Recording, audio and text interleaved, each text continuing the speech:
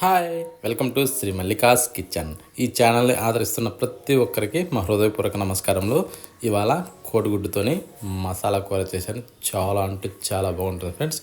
ఈ విధంగా చేస్తే ఏంటంటే ప్రతి ఒక్కరు కూడా చాలా ఇష్టంగా తినే విధంగా దీన్ని తయారు చేశాను ఫ్రెండ్స్. ఇది ఎలా అంటే దాబాల్లో, రెస్టారెంట్లో అలాంటి వాటిల్లో ఎక్కువగా నడుస్తుంటుంది. వాటికి ఏమాత్రం రుచి తగ్గకుండా చేశాను ఫ్రెండ్స్. ఇప్పుడు ముందుగా స్టవ్ ఆన్ చేసి ఒక బౌల్ పెట్టుకునేసి తగినన్ని నీళ్లు పోసుకుందాం. అది కోడిగుడ్లు మనం ఇంట్లో వేసి ఉడకబెట్టుకోవడానికి.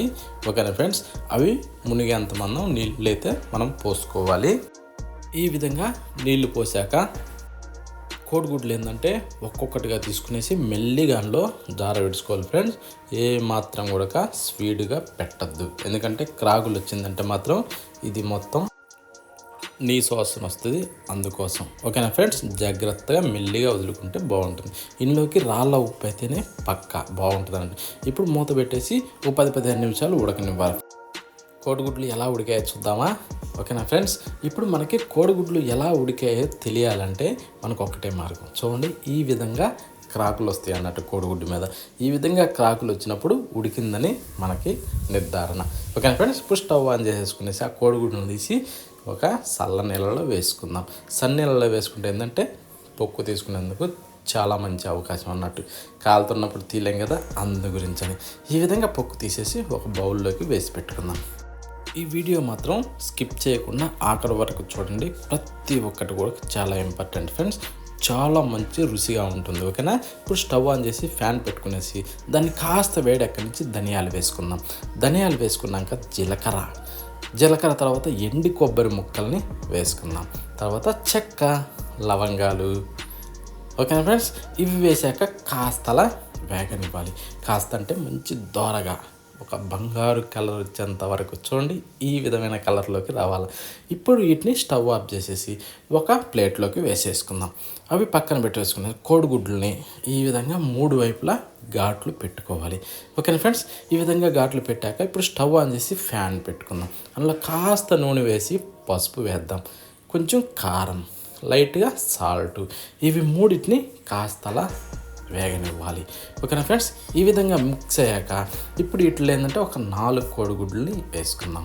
మిగతా 2 కోడిగుడ్లు ఏమయ్యాయంటే మా పాప కావాలంటే ఇచ్చేసాను, అందు గురించి ఒక 4 వేసాను. ఓకేనా ఫ్రెండ్స్, మా పాప తింటా అనేసరికి ఇంకేమనలేకపోయాను. ఇది ఈ విధంగా వేగాక ఇప్పుడు వీటిని తీసి ఒక ప్లేట్లోకి వేసుకుందాం.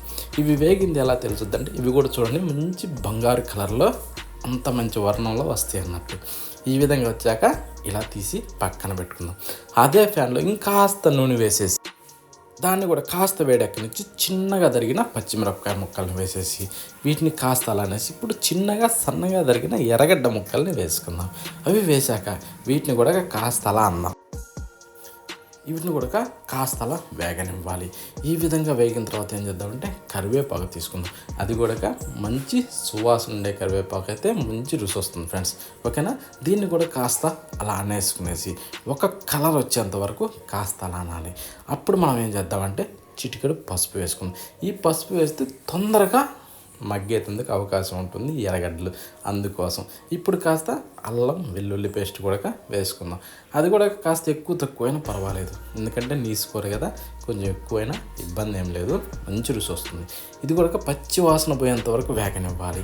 ఓకేనా ఫ్రెండ్స్, ఇప్పుడు టమోటాలని సన్నగా పొడవుగా తరిగి వేసుకుందాం. ఇవి సన్నగా పొడవుగా ఎందుకు తరుక్కోవాలంటే తొందరగా వాడటానికి. ఇందులో కాస్త ఉప్పు వేసి అలా కలబెట్టి ఇప్పుడు మూత పెడితే ఏంటంటే చూడండి, మీరు కళ్ళు మూసి కళ్ళు తెచ్చేలోపు అన్నట్టుగా అలా మగ్గిపోతాయి. ఈలోపు మనం మిక్సీకి వేసుకుందాం. ఈ దినుసుల్ని బాగా చల్లారనిచ్చి వేసుకోవాలి. ఇప్పుడు పౌడర్ చేసి పక్కన పెట్టుకుందాం. ఇప్పుడు చూడండి టమోటాలు ఎంత బాగా వాడాయో. దీన్ని ఒక్కసారి అటు ఇటు కలబెట్టిన తర్వాత ఇప్పుడు మనకి స్పైసీ ఎంత అవసరమో అంత కారాన్ని వేసుకుందాం. ఓకేనా ఫ్రెండ్స్, ఎక్కువ కావాలన్న వాళ్ళు ఎక్కువ వేసుకోవచ్చు, తక్కువ కావాలన్న వాళ్ళు తగ్గించుకోవచ్చు, ఏమీ పర్వాలేదు. ఈ విధంగా వేసాక దీన్ని కాస్త మిక్స్ చేసుకునేసి ఇందులో మనం ఏం చేద్దామంటే కాసిన్ని నీళ్లు కూడా పోసుకోవచ్చు, ఏమీ కాదు. ఓకేనా ఫ్రెండ్స్, అవసరమైతే అట్లా కాసిన నీళ్ళు పోసేసుకుని ఇప్పుడు దీన్ని కాస్త మిక్స్ చేసుకుని ఇప్పుడు ఏంటంటే బాగా వాడేంత వరకు కలబెట్టాలి.